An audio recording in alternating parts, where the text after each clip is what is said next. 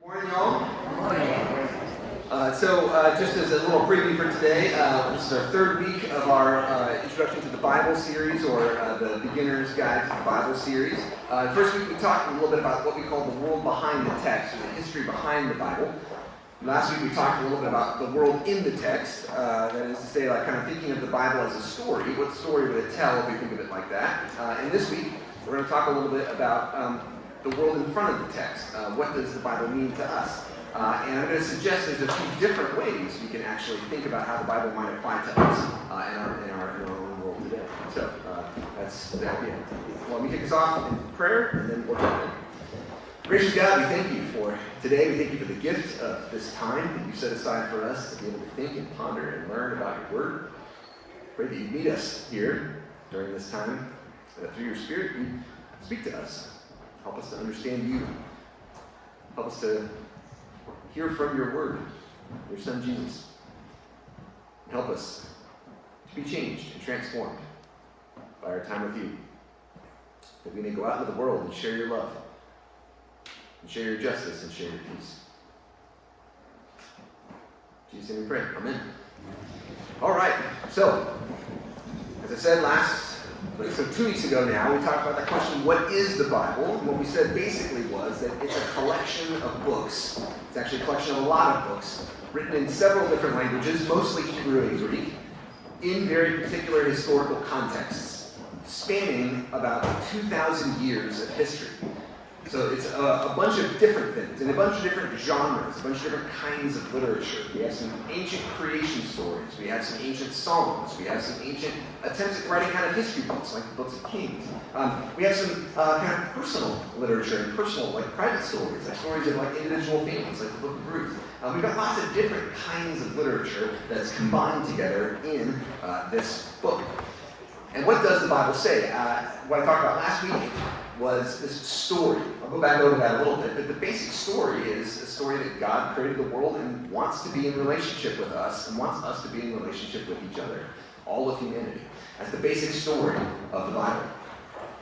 And so what does the Bible tell us to do? That's our question this week. And a lot of people will approach this in different ways, so I've got a few different ways that we might think about approaching the Bible ourselves. And that world behind the text, thinking of the world kind of that created the Bible, thinking of the Bible historically, who wrote this, when did they write this, what time periods were they referring to. We have all kinds of questions we can ask about that.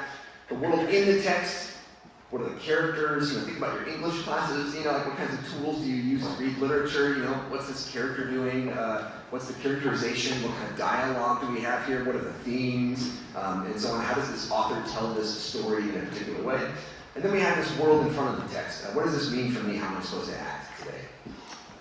So all of these different scrolls, all these different books that make up this library, really, that we carry around with us, I would suggest have maybe different ways that we might want to think about interacting and different answers to that question. What does God want us to do today?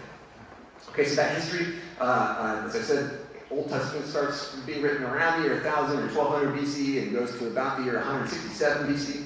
Actually, it goes to about August of 167 BC. And then the New Testament is written in a really quick amount of time, about between the years 49 AD and about 100 AD, so about 50 years ago.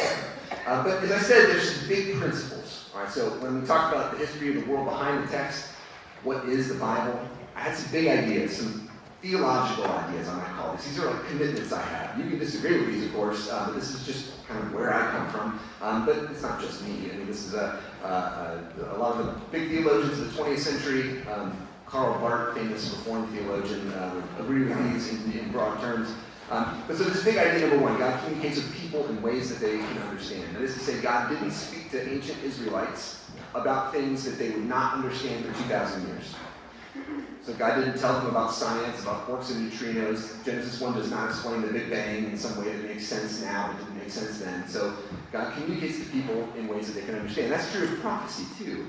We tend to think about, as Christians, prophets are people who just tell us about Jesus. That's because we cherry pick a few verses and we only read those. Have you ever read Isaiah chapter 3? No? You haven't? Probably. There's a couple of chapters that we read in the prophets. We read them all the time. And we cherry pick even verses from in those chapters that really decontextualize the message of the prophets. But if you listen to the prophets carefully, read them from beginning to end, first we'll say, these are hard to understand. they're hard to understand because they weren't written for us. We're reading somebody else's mail, right? These prophets are speaking to ancient people in an ancient context. It's very different from ours about things that were happening around them at that time. So if we think in those terms, we can then say the word that God gave to those ancient people, they wrote it down because it mattered to them and because it came true in their context. And the conviction that they had was that people could continue to read this stuff because it came true then. It will continue to be active. It continues to describe how God works in the world in an ongoing way. So Christians, at the time of Jesus, were reading these scriptures and looking back on them, looking at the Old, what we call the Old Testament now, which for them was the whole Bible. They were looking at those scriptures not thinking these prophets were only talking about Jesus. They were thinking these prophets spoke about things that came true. And in Jesus, God is working again in a new way. So these things that God said about working in the ancient world, what was ancient to them, the Old Testament period, those are happening again now. And I would suggest that this is how we can approach the Bible too. So, God speaks to people in ways they can understand, in specific languages, in specific cultural contexts, which means that God speaks to people in limited ways. We have limited brains, we're limited human beings, we can't understand God perfectly. None of us can, none of us will ever be able to. We can't put God perfectly into language because language is a tool that kind of shrinks truth. Right? Every word that we use, like you ever try to explain your love? Put it into words. Right? The poets always talk about this. It never works, right? You can never quite put your love into words. Imagine trying to put the God of the universe who created love into words. It's silly to even try to imagine.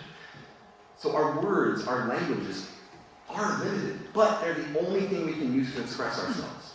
And they're the only way that we can express ourselves to God. And they're the only way that God can express God's self to us in ways that we can really understand and grasp. So God chooses to use a limited tool, limited by time, by space, by cultural convention. The Lamb of God is not a metaphor that everyone gets in every single time and place in the universe. So God speaks through a cultural medium, human culture, human language, to these specific people at specific times, but the magic of language is that it's translatable, at least in some way. Right? We can put, I remember reading about early missions to Native Americans in Central America. So the Aztecs, the Mexica people, the people who spoke Nahuatl, the early language, right? So I remember reading about these Franciscan missionaries, right? And they were trying to explain who Jesus was to native indigenous peoples of Mexico, the Mexica people, trying to explain who Jesus was. And they said the Lamb of God, and they're like, I don't really know. And they're like, the bread of God, and they're like, we don't have that. And then they're like, the tortilla of God. And then people got it. That is to say, they said that Jesus is the tortilla of heaven. And this made sense to them, right? That is to say, the translatability. And bread, Jesus isn't really bread, right? So that is to say, the cultural translatability is a big deal. And for us to read the Bible, we do need to do some of that translational work. That's why the Bible doesn't make immediate sense to us. So that's a big idea number one. Big idea number two, ancient Israel is part of the ancient Near East. Now, some of you might not like history very much. It wasn't your favorite subject in school. You don't like this kind of stuff, right? At the same time, God works through particular people in particular places. And if we want to understand those people as best we can, we have to do some work to be like, what was going on? What was going on in that time and place when God spoke to the prophet Isaiah? You got to know a little bit of that world. In the same way that if you read a newspaper from Marietta in the year 1841, and you just imagined it would speak directly to you and you would understand everything that it said perfectly, that's ridiculous, right? You'd have to do a little bit of digging. What was going on in Marietta in 1841? Who lived here? What kind of people? What were the big issues of the day, right?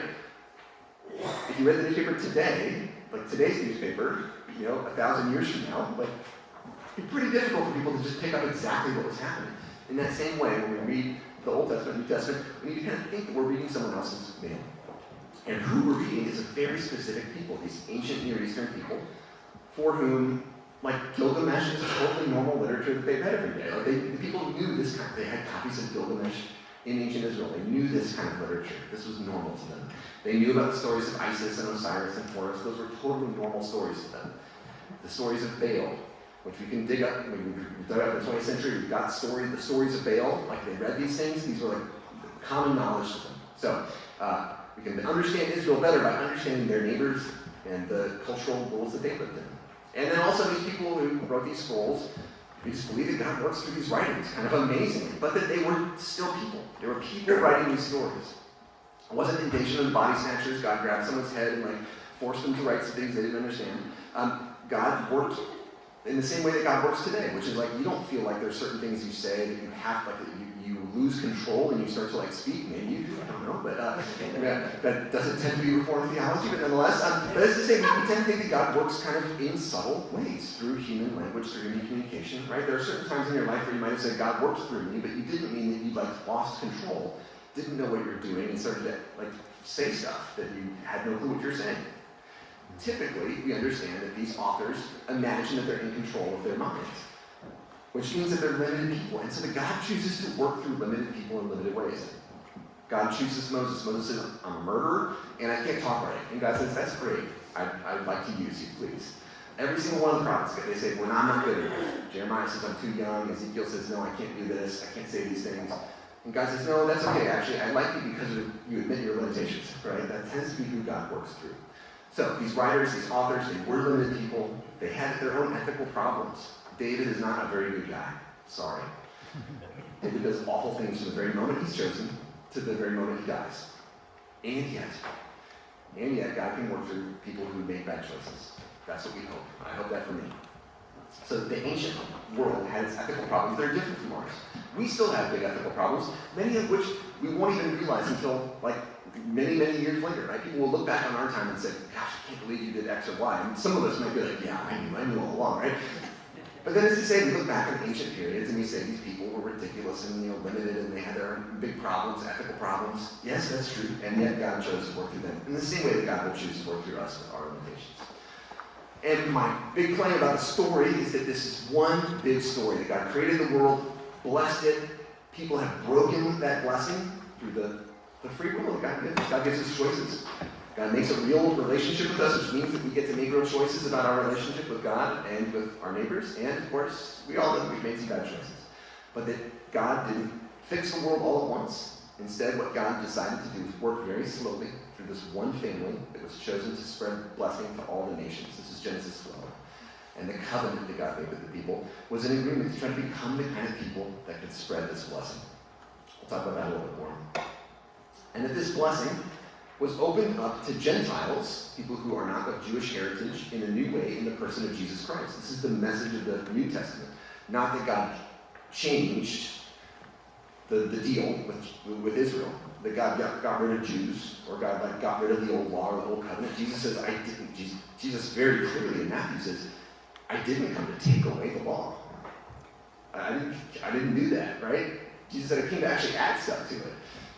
So the question for us is, what does that mean for us? How do we work that? I'll talk about that in a minute. But all to say that Jesus doesn't do away with the Old Testament or do something new or different. Jesus says, I'm coming to actually deepen this by inviting people into this who weren't initially a part of it.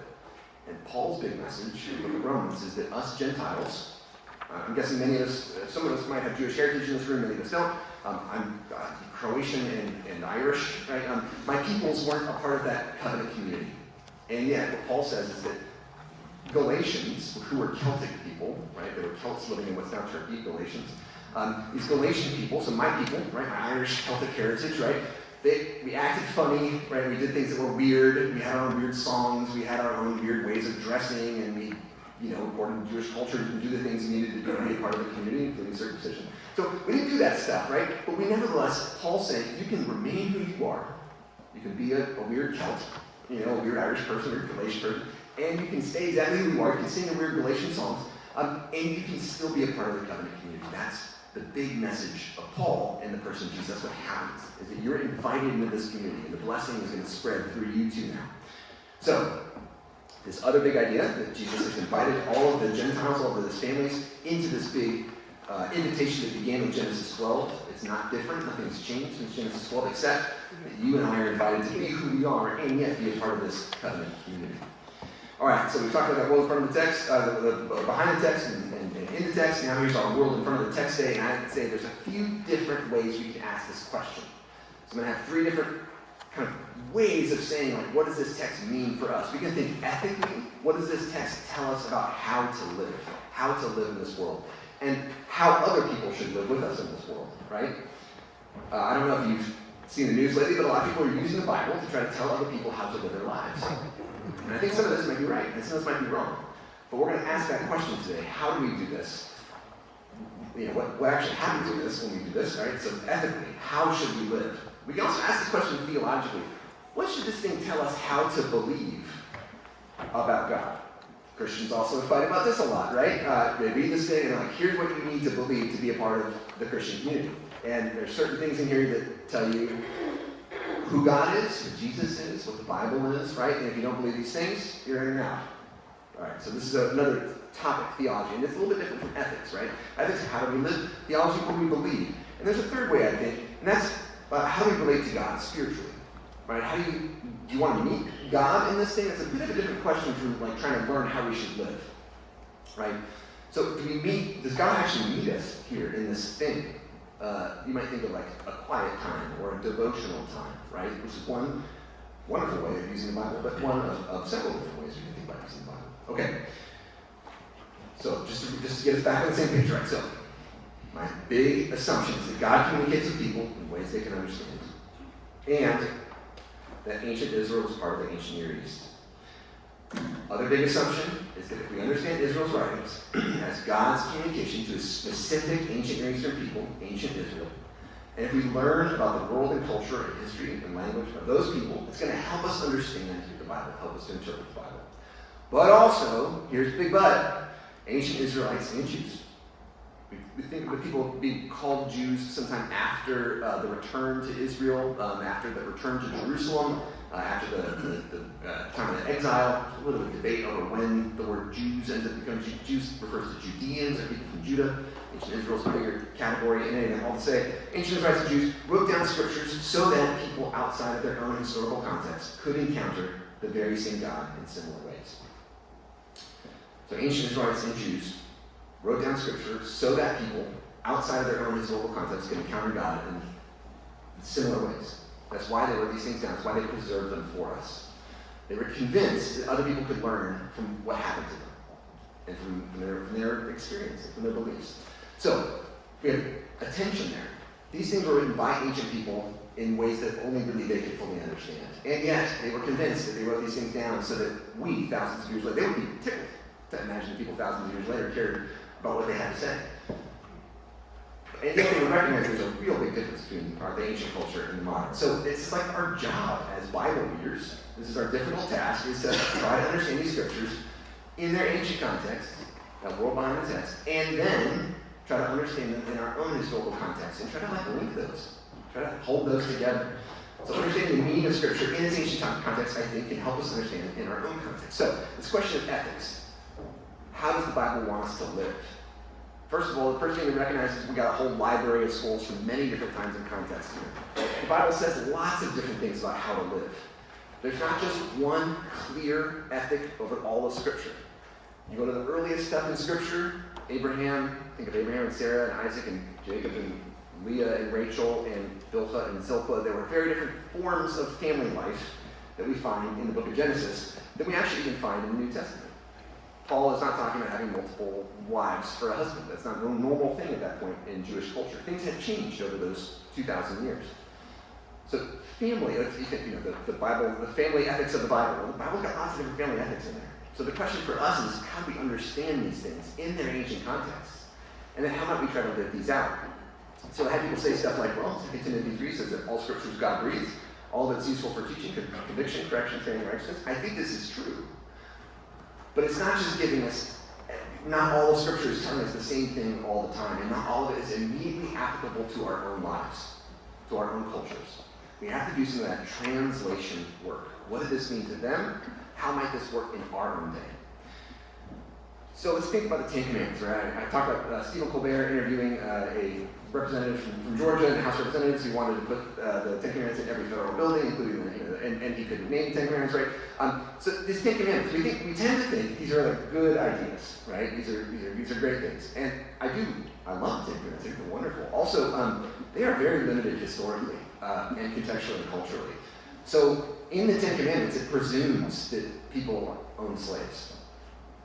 It talks about that, like it talks about your slaves. So the Ten Commandments assumes it's speaking to male landholders who own other people. So it's like the ancient Greece. They were democracy, but not for everyone. Right? It's like early America, right? Democracy, but not for everyone. Not everyone had the vote. Not everyone had the right. These were historically contextualized conceptions of who counted in a community. And the Ten Commandments assumes this. Now, there's one thing I want to say. There's actually two versions of the Ten Commandments. If y'all notice that in Exodus 20 and Deuteronomy 5, and they're actually different. So Moses gets the Ten Commandments in Exodus 20, and it's only directed at men, and it mentions like their wives are part of their property. So it's like talking about like do not covet your neighbors, and it lists all the neighbors' property, houses and stuff, and wives are in there as part of the property of the husband.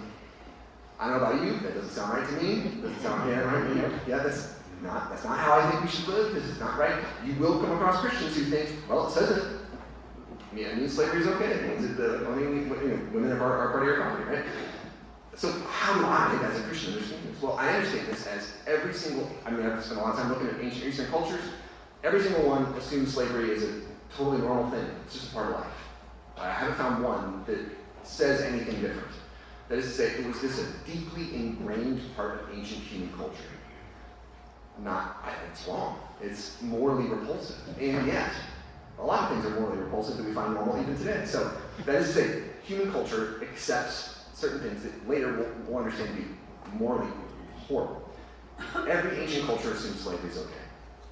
Every ancient culture that I've come across does, in at least rhetorical terms, talk about men and women having different social status in the ancient Near East, in this part of the world. In this part of the world, this cultural context, they assumed different statuses based on gender. So this is just normal for them. One other thing I should say is Exodus 20 is earlier, Deuteronomy 5 is later. If you read those carefully, you'll see there's actually some big differences, especially in that commandment about covenant. It's a slight change, but from Exodus 20 to Deuteronomy 5, women are no longer part of the property of the man. There's a change that happens between Exodus 20 and Deuteronomy 5, where women have changed their status in community. We'll talk about how that happens in just a minute. But just to say, there's a massive change. Another change is that over the course of Israelite history, from Exodus to Deuteronomy, over the course of just a few books, the status of slavery has changed. Exodus 20 assumes, like the first parts of the laws that God gives after the Ten Commandments are like about slaves. It's about regulating slavery. Deuteronomy has some pretty crazy things in the ancient context to say about slavery, including if there's any slave that says that they want to leave, they don't want to be a slave anymore, you have to let them free. And no one can stop them. And no one can return them. It's a big change. It doesn't say slavery's wrong. It doesn't say it's morally wrong. But it does say if anyone's treated in such a way that they think, I want to leave, I don't like this, then you have to let them leave. It's a different way of thinking. Sorry, we can see a little bit of change over time. And this is what I mean by saying that God has chosen incomplete, imperfect people in an imperfect culture, and God chooses to work slowly with them over a long period of time. We can see, I think, these little changes where God is trying to help the people move along and progress. But God is beginning not by giving them a perfect law or something. I don't know that exists in any human culture that humans can understand. God is meeting them where they are and giving them little nudges over a long period of time. So these Ten Commandments work with that, right? So there is injustice tied up in the law. Israel knew that slavery was bad because they hated it. They hated it for hundreds of years. And they get out of slavery and then they immediately begin to enslave other people. They knew it was bad. And yet, it's part of their law code. Well, so how can we then try to think about these ancient laws? We can maybe throw them away. A lot of Christians just forget it. The stuff in Leviticus and the stuff in Deuteronomy is so weird, I just can't read it. I suggest a different approach. My approach is this. I don't look for individual laws and try to apply them today. I look for concepts. I look for deep-seated ideas or convictions or beliefs that I can try to apply today. And maybe I can even see how they weren't applying all of their deep-seated convictions and beliefs in perfect ways either. In the same way that my own deep-seated convictions and beliefs about God and people in the world, I don't live those out perfectly either. I haven't thought through all of my ethics either from first principles. So, one of the big things ancient Israel says is that they've had a covenant. And we talked about this last week. A covenant is just, it's a contract. God made a contract with the people. This is starting in Exodus 19. God explains the contract. God says, this contract is not to earn salvation. I've already saved you. You have been saved. I'm asking you, Exodus 19, to enter into this contract so that you can become the kind of people who are going to spread God's blessing, mediate blessing to the other peoples of the world. You're going to be like priests among all the peoples. It's kind of like a training. So how is the covenant supposed to train you? Well, it's like an agreement. It's understood. These are business contracts, by the way, from the ancient world. This one on the left is a contract to make beer, produce beer in ancient Mesopotamia. This is a contract, right? This is a contract. Also, contracts were used to create marriages, right? So God says, it's kind of like I'm married to all of you, Israel. And in a marriage, you got to be faithful to each other, right? You're supposed to, love each other, care for each other, right? Be devoted to each other. God says, believe me that I'm like that. You got to be like that to me. But also, you're trying to love each other. We're trying to grow into love for one another. And since all of you are part of this kind of marriage, everyone's going to love each other. You got to love each other and then love me. That's the big kind of baked down idea of the covenant.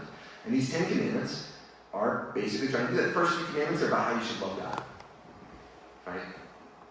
I am Yahweh, I'm the God who saved you, who brought you out of slavery out of the land of Egypt.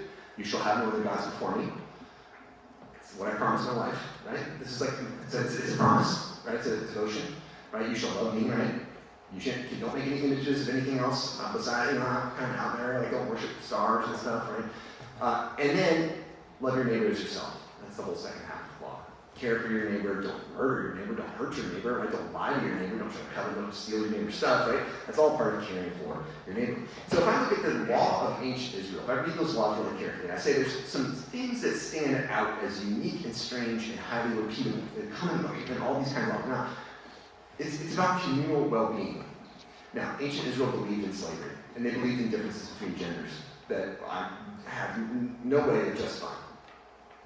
Even in the midst of those, though, there is this sense of community care. Even in their laws about people who are enslaved, about laws that are demeaning to women, they still say, you gotta care for these people. This idea of community care is underlying all this stuff in ancient Israel. And it's strange. There's no law code that I can find in the ancient world, from Mesopotamia, from Egypt, from Canaan. We got tons of law codes. I've read them all. I cannot find an idea of community care in them. It's your job to care for the community. By the way, you will not find that in the annotated code of Georgia. Care for your community. That's not there, right? You have to care. You have to love. Care for your parents. That's not in the code of Georgia. It's not in Hammurabi's law. It's not in any ancient law code of Egypt that I can find. Care for your parents. That's like stuff you tell. That's like nice things to say, right? It's like your parents tell you that, not the king. And in the same way today, the state of Georgia doesn't tell you to be nice to your parents. Your parents tell you to be nice to your parents. That's their job. This stuff's all mixed together in this law code, and this is unique. There's no other ancient law code like this. You need to care for your community, and that includes everyone. That includes the vulnerable. Here's an image of Pharaoh killing a vulnerable person and taking their stuff. This is how the ancient people treated vulnerability. It was to be exploited. Pharaoh has images like this all the time of exploiting vulnerable people. This is what you do. You take them, and you take what they have, and then you enslave them. This is how it works in the ancient world. This is how ancient Israel sometimes saw it too. This is how King David saw it sometimes when he would conquer people and enslave them. But ancient Israel's law says it's not supposed to be like that. The law says you're supposed to care for vulnerable people, the orphans and the widows and the strangers, the wandering people in your community. We call them today aliens, right? These wandering folks who don't have a home. You're supposed to care for them. No other ancient law code tells you to care for these people. Wandering people, aliens, aren't even mentioned in any other ancient law code because they have no legal standing anywhere. They were assumed to be a problem because they were trying to get your water, they were trying to scout out your community so they could fight you and take your stuff, right? Everyone was scared of wandering strangers, except in ancient Israel where they are commanded because you were once wandering strangers, God says in the laws. The laws of ancient Israel are the only law codes I can find in the ancient world that tell you why you should follow the law. The ancient code, the code of Georgia annotated does not tell you why you shouldn't speed, right? It tells you, here's the laws about driving, right? It doesn't tell you why. It doesn't tell you because there's kids in the community, right? You're supposed to know that stuff, but they don't tell it to you in the law code. That's the ancient world too. They don't tell you why you should be nice to strangers, but the codes in the Bible tell you again and again, you should love the stranger. You should love the orphan and the widow because God helped you when you were once a stranger, when you were once enslaved. That's why you should care about these people. Do you see how that deep commitment, that deep kind of code, might conflict with some of the actual laws that Israel has? Like, you should care for everybody because God created all of you. That's the basis of the law code. It occurs all the time. God repeats why you should care about these things. And then there's just like laws on the surface saying that like you can enslave people, right? There might be some tension there. In ancient Israel, God didn't give them the perfect law code. God gave them a law code with some great principles that were in tension with some of their laws that they had inherited. By the way, some of the laws in the book of Exodus are taken literally directly from Hammurabi's code. They took ancient law codes and made them their own. Why? Because that was normal for them. Abraham and Sarah came from Mesopotamia. That was law to them. God worked with what they came with, and slowly over time was trying to get them to change. And not just to change because they were following God's law, to change because they understood why. Right? God wanted them to change their own laws because they understood the principles behind them, because that's growth. That's actual human development. And I can prove this to you. Some of the injustices in the law. We've got proof of ancient Israelites noticing that people are left out of some of the laws that God gave them on Sinai, and they come to God and they say, wait a minute, some people got excluded.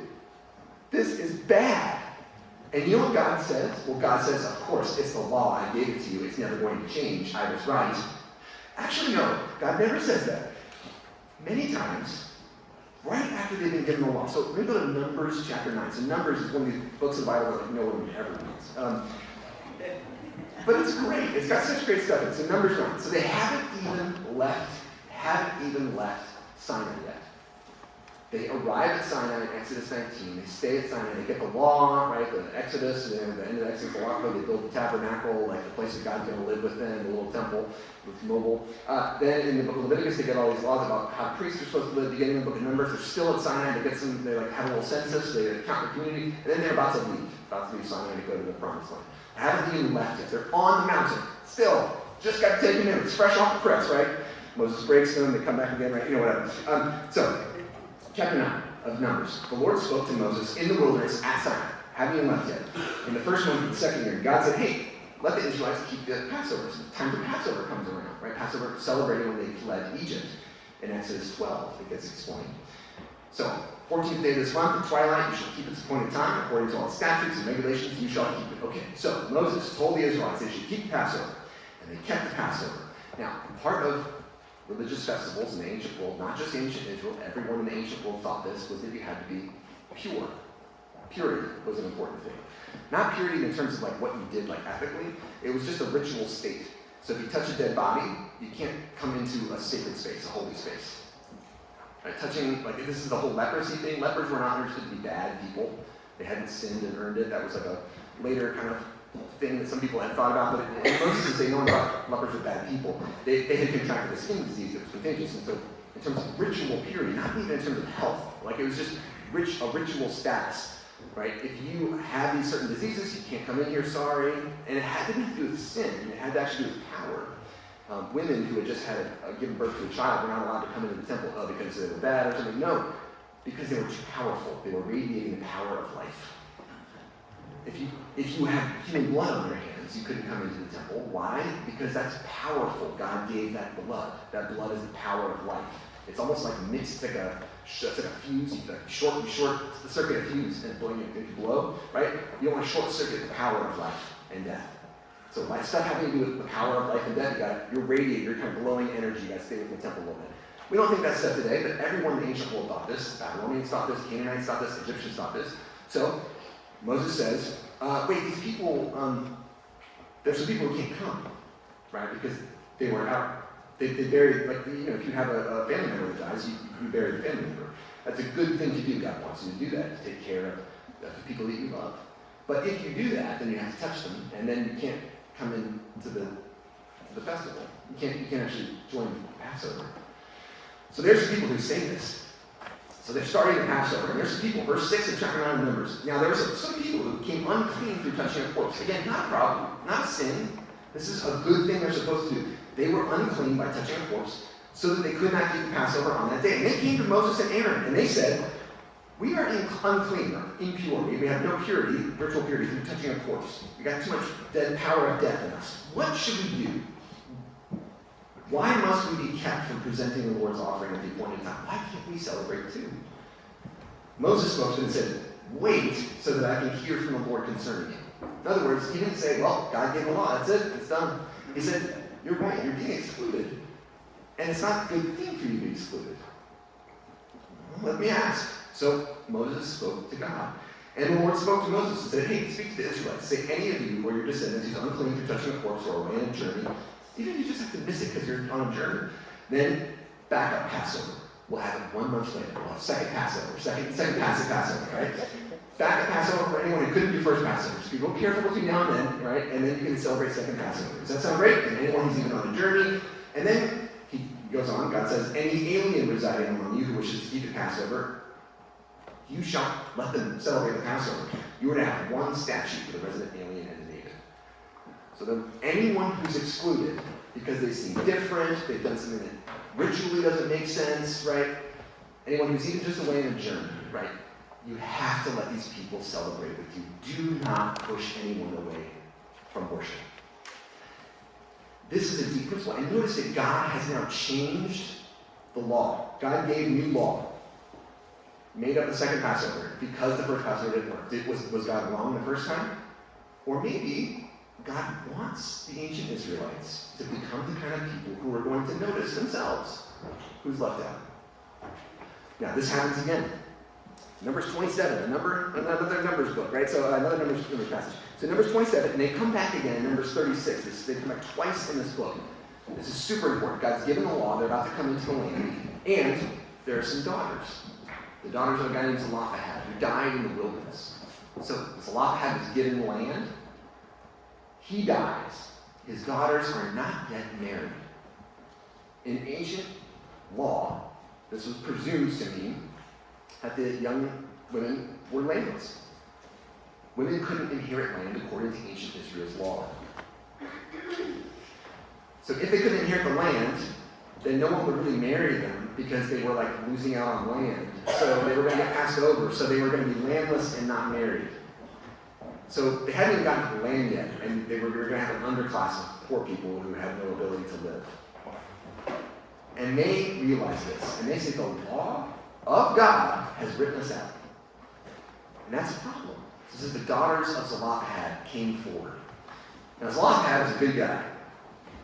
The names of his daughters were Mahlah, Noah, Hoglah, Milcah, and Tirzah. So Mahlah, Noah, Hoglah, Milcah, and Tirzah, 5 brave women who come before not just Moses. They stood before Moses, Eleazar the high priest, the leaders, and all the congregation at the entrance of the tent of meeting. They come to what was then the temple, this mobile temple, all of the leaders, and they said, and they demanded, they stood before them and they said, our father died in the wilderness. Why should the name of our father be taken away from his clan because he had no son? Give us, this is a command in Hebrew, you better give us our possession, our inheritance of land among our father's brothers. Don't you dare give our land away to these men, just because they're men. The law has written us out. We are going to be worse off for it. God has promised equal shares of land to everyone in the community, which by itself is an unreal and strange thing in the ancient world. Everyone should get a piece of land that they can produce their own livelihood through. And everyone should always keep that in perpetuity. And if anyone happens to lose it, Leviticus, you got to give it back. You got to give the money back. And everyone's got to have the right to their own production of certain things. Help the family survive. And there are certain people that are going to be written out because of their gender. And you know what God says? It says, Moses brought the case before the Lord, and the Lord said, no. I'm God, and I gave the law on Sinai, and no one shall ever change it. No. God said, the daughters of Zelophehad are right in what they're saying. God says, yeah, they're right. This is in the Bible. I'm not making this up. God said, yeah, the law was wrong. You got to change it. And then God says, you shall let them possess an inheritance among their father's brothers, and they should pass their inheritance on. Every woman from here on out can inherit land. And you shall also say to them, if a man dies and has no son, then he shall pass his inheritance on to his daughter. If he has a daughter, you should give the inheritance to the brothers. If he has no brother. So we've got a new law. God's giving new law on the fly in response to individual people recognizing that the law wrote out people. And that the fundamental convictions of the law, right? The core convictions, the core principles that everyone has been created by God in the same image, and that everyone is sacred, and that everyone deserves a piece of the prosperity of the land. Everyone deserves this, even before you arrive at the land.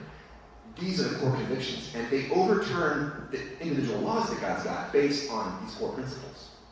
Now, for me, I look at this and I say, that makes a lot of sense of why God might act this way, because God doesn't just want robots that respond, that obey everything. God instead wants other creatures like God that understand why. Why are we doing these things? God's giving us like imperfect laws, because all we've got are imperfect laws, but also asking us, are there some things we could change here, right? You might want to notice, look around, and notice these things that get changed in the law, they don't get changed for any reason. They get changed precisely and only because certain people get written out, because these core principles under the law need changing. And these are the same things you might see what happened with slavery. Over time in ancient Israel, the conceptions of slavery changed. By the time of the New Testament, there still isn't a real claim in the New Testament that slavery is always and everywhere wrong.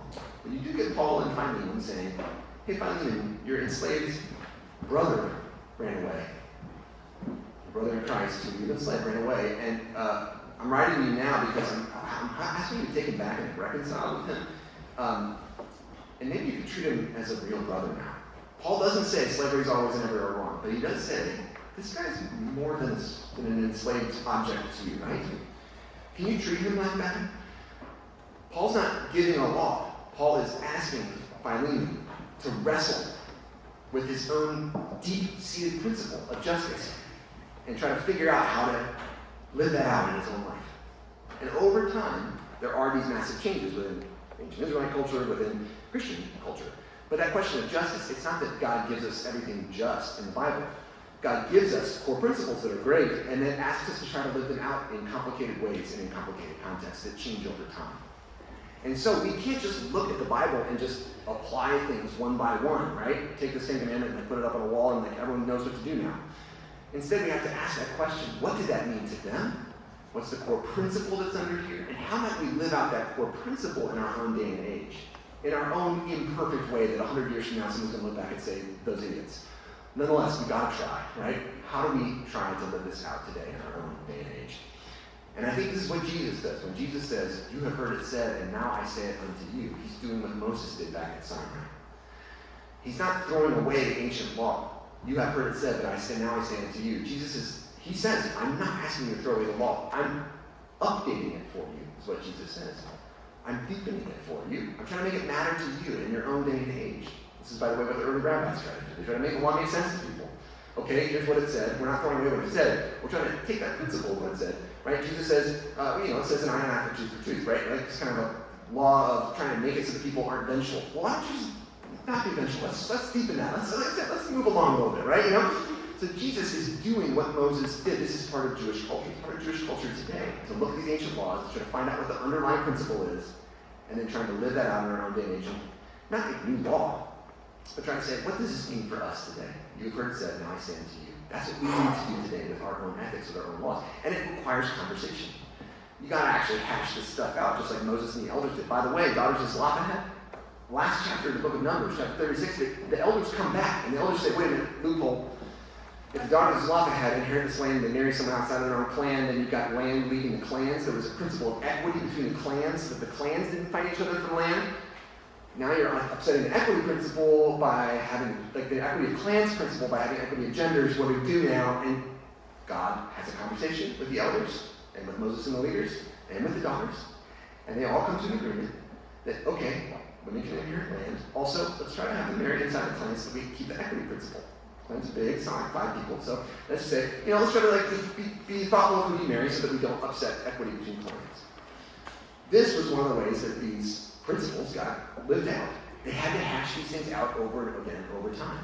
And so, when Jesus makes the covenant and renews the covenant, right, at the table, this is what the thing he's trying to do, right? He's trying to say, like, we are a part of this, and he's inviting other people to this community. This community now is part of this actual covenant. Okay, I think that basic principle of ethics is also true in theology.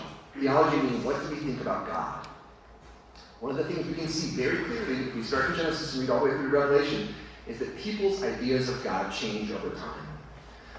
In the Bible, people's ideas of God change over time, just like their ethics change, right? People's ethics changed over time in the Bible, responsive to both deep-seated principles that God was giving them, and in response to changing conditions on the ground. Things changed, people changed, language changed, culture changed, and people saw things new in different ways, and so had to change their ethics. I think the same thing is true with our theology, how we believe about God, how we put that into words. Remember I said it's hard to put your love into words? Well, it's harder to put the God who created the universe into words. It's impossible. There's no one right set of words, and God is very clear about that. There's not actually just one creed in the Bible that you've got to repeat over and over again. Right? Jesus is Lord. What does that mean to us? We have to put that into words in some way, translate it into our own culture. And so, we might think the Bible just gives us things that we just repeat. So, Emmanuel, God is with us, we repeat. I spent a couple minutes 2 weeks ago talking about how we can't just take ancient Israelite prophets and their convictions about God or their convictions about ethics and just immediately implant them into our world. We have to sit and think for a minute. What does this mean to them? How is this reused in the New Testament? And those thoughtful reuses of understanding God matter. So, all right, we look at this ancient context. So, what is Isaiah 7 telling us about God? Many Christians have said Isaiah 7, the Emmanuel prophecy, right? There's a virgin, she'll give birth, it's Emmanuel. This just tells us about Jesus, and that Jesus will be born, and it's a prediction. And because the prediction came true, that means that Jesus is right, or something. That's the basic idea. But let's actually read this text, right? So if we look at Isaiah chapter 7, I'll kind of quickly go through this.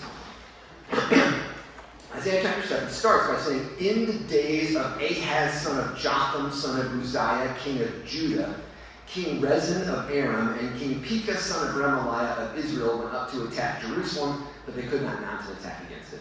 The context of the whole, here's a young woman, she's with child, the name is going to be Emmanuel. The whole context of that is all that stuff. Those names sound familiar, King Pekah, Remaliah, son of Remaliah, right? There's a lot of stuff there, right? This didn't happen on a random day. This happened in a very specific time and place. I won't give you the whole details of this, but what was happening was that two other armies, had assembled and were encircling Jerusalem and besieging them. Two armies, each of them much bigger than Jerusalem's army by itself. Combined, you're looking at a massive army that is way bigger than anything Jerusalem can muster. So they are going to die. The other armies are surrounding the city. They're starving them out. It's a siege. You can imagine they've been there for months. After a few months, the water starts to run out. The grain reserves start to run out. Things are looking dire. And that's when Isaiah says to the king, verse 3, the Lord said to Isaiah, go out and meet Ahaz the king, you and your son Shear Yeshu, which means a remnant will return, which means we're going to survive this thing. Some of us aren't going to make it, but a lot of us will. At the end of the conduit of the upper pool on the highway to the fuller's field. So there's a water branch that goes to a pool that's near the laundromat, because they need water to wash clothes. So near the laundromat, the reservoir next to the laundromat, go meet the king. Why is the king looking at the reservoir next to the laundromat? Because you're in a siege. There's no water, right? The king's looking at how much water is left. How many days can we go? We got a week. We got 2 days. When do people start dying from thirst? That's when you give up. So he's about to give up. So Ahaz, God says, go meet him there and say to him, take heed, be quiet, do not fear, and do not let your heart be faint because these two smoldering stumps of firebrands out there, these two other kings who brought their armies to you, don't be worried about them. Instead, if you don't stand firm in faith, you shall not stand at all. Be faithful. God has promised to save you here. That sounds crazy in that circumstance, and yet it seems the king listens. But before that, God says to Ahaz, through the prophet Isaiah, ask for a sign. You want a sign? Ask for a sign. Anything on the earth. And the king says, I don't want a sign. I don't want to test God. I just want to give up. I just want to give up. He doesn't want to be put on the spot. He doesn't want to be responsible for losing lives. I get it. But Isaiah says, you don't want a sign? I'm going to give you a sign. Verse 14. Therefore, the Lord himself will give you a sign. Look, this young woman, and that word that's used for this is the word he means right here. He has to be pointing. This is something you can see. Check it out, he says. Look over here. There's a young woman with child. Sorry, the word in Hebrew is not virgin. They have a word that means virgin, but it's not that word. This is a young woman. And young doesn't mean 14. Young means that this is a young married woman who's with child. So you can see that she's pregnant. There's a young woman. You can see that she's pregnant. Or let's say a young adult. All right, a 22-year-old who's pregnant, standing there. Also looking at the king, looking at the reservoir, because everyone's going to die, right? They're all seeing what the king's going to decide. Therefore, God's going to give you something. Look at this woman. Look at her child. She's going to bear this child. She's going to have the kid. And not only that, this kid, in a couple of years, is going to be eating curds and honey. Nice food, rich food, honey. This kid's going to eat sweets in just a couple of years, around a couple bad years here. Now imagine if there's like an army surrounding the first pres, and you're like, Joe's negotiating with them to like give us up or something like that, right? Right? And then there's tanks out front or whatever, And I tell you, hold on. This woman who's pregnant right here, no, we're gonna be all right. We're not gonna give up. We're gonna survive. She's gonna give birth to this kid. This kid's gonna live to be a ripe old age. This kid's gonna be eating steak. Don't worry. As you're looking at the reservoir, it's all dried out. There's no food left. But let me tell you, this kid's gonna be eating good food. Just a couple years. It's going to be okay. That's not a great sign. That's not a magic trick, right? Would you believe me if I said that? I don't think so. It's not a real sign. It's the same thing when God is talking to Moses, and Moses says, hey, can you give me a little sign of like, you're telling me that I'm going to go free the Israelites from Pharaoh. I'm a wanted man. I just murdered someone there. I'm on the run. And you want me to go back there, and you want me to like yell at Pharaoh and like let slaves go? Like, what are you talking about? And God says, yeah, here's the sign. Here's a sign, Exodus 3. That's the signs. After you do all that, you're going to worship in this mountain. It's a good sign. It's a good sign, right? No, that's not a good sign. That's not a magic trick on me you trust, right? God does this all the time. You want a sign? I'll give you a sign. After you've done the thing I'm asking you to do, it's going to be great. This is the kind of sign that God gives. This is not a miracle. It's not a magic trick, right? It's asking you that your own faith is the miracle. Your own faith is the sign. And God's asking for that before anything else. So that's what's happening in Isaiah chapter 7. And this kid's name is going to be Emmanuel. When the kid's born, you're going to know that God was with you after the fact. And in Matthew chapter 1, the angel comes to Joseph and says, hey, your kid's going to be named Emmanuel. Nope, that's not the kid's name. What's the kid's name? You all know him. The New Testament's about him. What's his name? Jesus, not Emmanuel, right? He doesn't get named Emmanuel. They weren't thinking that was going to be his name. That wasn't a prophecy of his name. That was a prophecy reminding Mary and Joseph about a time long before when a young woman was about to give birth in terrible circumstances, in a time where they were surrounded by people who were trying to kill them. And faith was asked for. That faith, and several years later, they would later, and only later, understand that God was with them in that moment of crisis. And when Mary was looking at Jesus on the cross, she didn't yet understand. In that moment of crisis, God was yet with them. Emmanuel, God was with you only. Do you see that in retrospect? This is the kind of theology, I think, that we can find by looking at scriptures carefully in context. It's not telling us specific facts about Jesus that happened 2,000 years before Jesus lived. That's not how God works. But it's helping us understand who God is. The God who is revealed in Jesus is the same God who was revealed throughout the whole Old Testament. And it's being revealed to us today in our community and in our world. That's the kind of theological sight that I think Mary had. And I think that I'm asking us to try to think about when we read these scriptures. Last thing, we're going to go, is spirituality, devotion. I put this last because as Christians, we tend to kind of at least imagine that this is the right thing to do. Like, God will lead you when you read scriptures, right? If you haven't done this, try it. Don't start with Leviticus. It's hard to read. It's hard to understand. I think it matters a lot, but nonetheless, pick a gospel or something, right? Pick a good letter of Paul, like Philippians. That is to say, pick something that, you might have a little context with, but try to read something. Try to read some Psalms. Try to read something. Just read a little bit every day, every morning. Get up and have a coffee, read a little bit of the Bible, and maybe pray. Ask, hey, God, can you meet me here? And you don't need to know everything about the ancient context for this kind of stuff to happen. And that's to say, God can speak to you in lots of ways through the text and God's done this since the writing of the Bible. God speaks to people in ways that they can understand through these ancient texts, but also the miracle of translation. That's one thing you don't need to know. People talk about this kind of presence of God. Brother Lawrence is a guy who wrote The Practice of the Presence of God. He was a guy wounded in war, became a monk in the 17th century. Was like washing dishes and was almost glowing with his love for God while washing dishes. And so people started to ask him, like, Brother Lawrence, you wounded dishwasher, why are you so happy? And so he talked about how he just talks to God all the time like a friend. And when he reads the Bible all the time, like he just kind of imagines God's talking to him. And then God started to talk to him. It sounds absolutely crazy. This is Tanya Lerman. She's a sociologist and anthropologist at Stanford. She thought people were crazy too when they said that they heard God talking to them. So she started to study them as if to make fun of them. And she wrote this book after a couple of years that says exactly the opposite. She's a Stanford anthropologist, and she's not a Christian, by the way. She says, I'm not a Christian, she says, but I do believe there's something here. She sat with evangelical people for 2 years and sat with them in Bible studies and in prayer circles and talked to them about their conversation with God, and assumed that she's going to find out they were absolutely crazy and they're schizophrenic. She finds out the people who say that they talk to God and read the Bible and feel God's presence actually aren't schizophrenic. Like she actually put them through batteries of studies and stuff. She said, no, these aren't people who aren't schizophrenic. They're not hearing voices. And yet they feel God's presence in really special ways. And she finds that what happened was they just sat there for a long time and tried to talk to God, and then they felt God's presence.